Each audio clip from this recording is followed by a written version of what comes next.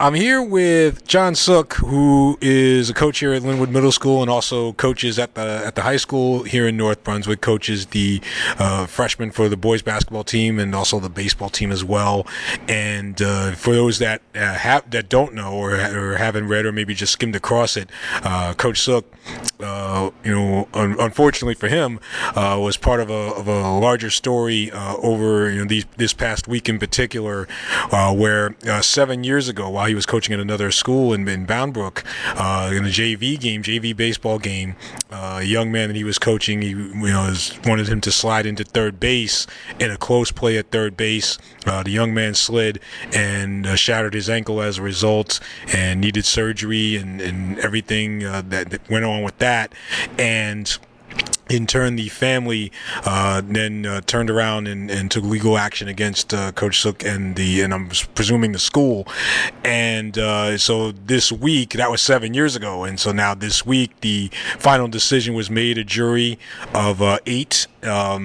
7 of the 8 voted in Coach Suk's favor that he was not negligent of any wrongdoing or what have you. So Coach Suk was vindicated in that way. So we're sitting here with John Suk just to tell you all of that as a backdrop.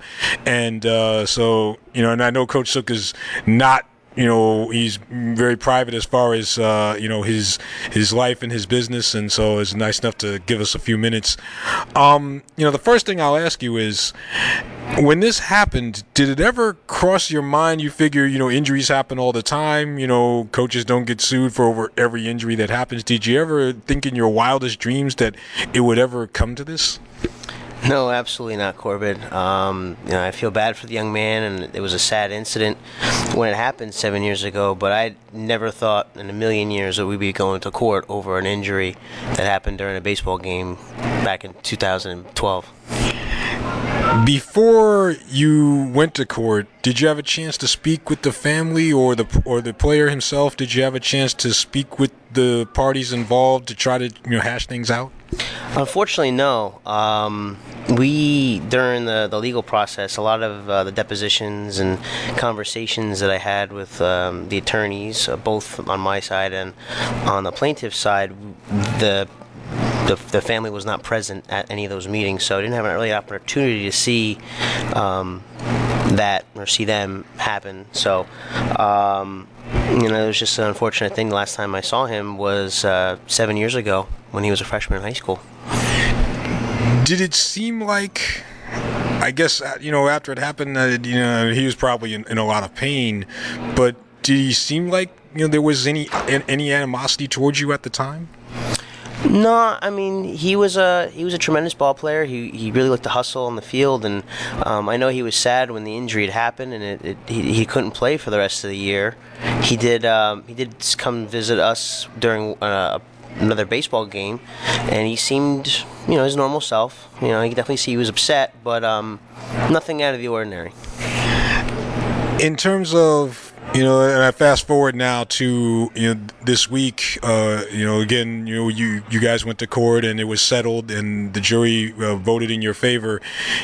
Even with the outcome that you got, do you feel like your reputation has been damaged at all by any of this?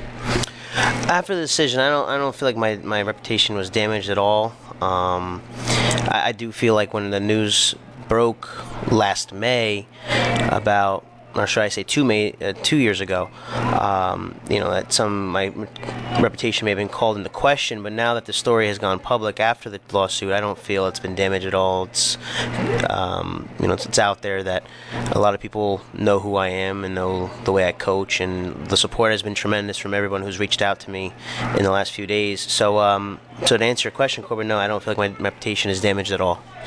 Speaking of those people that were in support of you, what do you say to those people that were behind you and that felt that that you were just doing your job? Everyone who reached out to my family, friends, former students and athletes, everyone who's reached out to me has been nothing but supportive, and I just have to say thank you from the bottom of my heart. I really do appreciate it, and they, like a lot of them always say, they got my back, and it was truly felt in the last couple of days. And There was one juror that voted the other way, and I'm sure there's probably maybe a small group of people that felt that, for whatever reason, that felt, that the young man had a claim. Do you have anything to say to those people? No, everyone's entitled to their opinion. When the verdict was read, and I turned my attorney and I had asked, what he thought about that one vote, and he said, you know what, you could spend your lifetime trying to figure it out, and it's not worth it. The upside is the case was dropped, you were not found reckless, and it's time to move on. And I agree 100% with that advice, and I haven't looked back since. Speaking of moving on, again, we're talking with John Suk about his case that he was able to be victorious in. Again, the family of this young man that slid into third base 7 years ago with Coach Suk coaching third base. Do you feel like you can go back to being Coach Suk again? Well, when this injury happened, I was very young. It was my first official regular season game as a JV baseball coach. When you're 23, 24 out of college and you have the whole world in front of you, you have a lot to learn and you have a lot to look forward to. And now at 31, this is definitely an experience that I will take with me. I will always evaluate every situation, whether it's a drill in practice or a situation in a game. I won't have blinders on, but I will also keep in the back of my mind that the player safety is the number one most important thing. And as much as we want to win in every situation, sometimes you have to think twice, and it'll always be there, but you always have to assess the situation at hand and make a quick judgment and stick by your decisions. So I will carry this with me, but it won't be anything negative. It will be nothing but positive, and it was a tremendous learning experience, and definitely has helped me build my career as a coach. Do you feel like, and this isn't necessarily directed towards you, but just in general, do you feel like there needs to be a more extensive training for not just head coaches, but coaches across the board for sports-specific things? And what I mean by that is in baseball, maybe sliding, throwing, in basketball, taking a charge. Like, do you feel like coaches on every level need to know the exact parameters of the sport that they're coaching? Skill-based teaching is definitely at the crux of all coaching. It doesn't matter what sport you're doing, so you need to have a sound knowledge. But as far as training, a lot of the training you receive is by volunteering and being around practices and locker rooms, trying to gain experience. It's very tough in order to administer some sort of training where coaches can get that particular set of skills to teach. So you just really got to keep an open mind. You got to work with coaches that have been experienced before. There's no courses really that you can take for specific skills in your sport. Do I think that it could come to that? It might be. Do I recommend it? Well, that's not for me to say, but you just need to continue to volunteer and pitch in, because if you start making these courses and you start making these trainings, it's going to turn people off from coaching, and that's a shame, because it's what helps keep our youth involved and keeps them active. So if you make the process harder to become a coach, then the profession is going to start losing the opportunity to have some great people in it. So I think we need to continue doing what we're doing, and just I think coaches just need to be a little bit more aware about what could potentially happen. And with that said, going forward with my story being public, I think it's out there now, and I think coaches can rest a little bit easier that the law has their back, but gotta assess some risk in everything that we do, and that's it, and just keep the kids' safety in mind at all times. You have done a great job of segueing into my next questions here. My next question is: has this made it tougher? You feel like, not just for yourself, but for other coaches as well, to just be themselves? For a certain personality of a coach, it will be tougher to be themselves. In practice, the beauty of practice for any coach is that it's a controlled situation. So when you're in practice, you can assess, okay, maybe a kid, for example, in football, shouldn't be matched up with a certain kid. But you also need to understand too that in a game situation, that's not always going to be the case. It's at a game, you don't know who's against you, you don't know who's on the other side of the field from you. So you just have to prepare the kids the best you can by trying to minimize risk. But at the same time, sports is what makes working with you so much fun, because they learn through different challenges that are presented to them. So we can only do the best we can to keep an eye out for them and be at risk, but at the end of the day, when they step between those lines or on the court, we really don't have much control. So we just have to help the kids, understand what they're facing on a day-to-day basis, and enjoy the ride and have some fun while playing. So we can only do the best we can with what we've got and what's available to us. Before this happened, what was or maybe even after, I was going to say, what was the worst complaint you received from a parent, if any, before this happened or even after?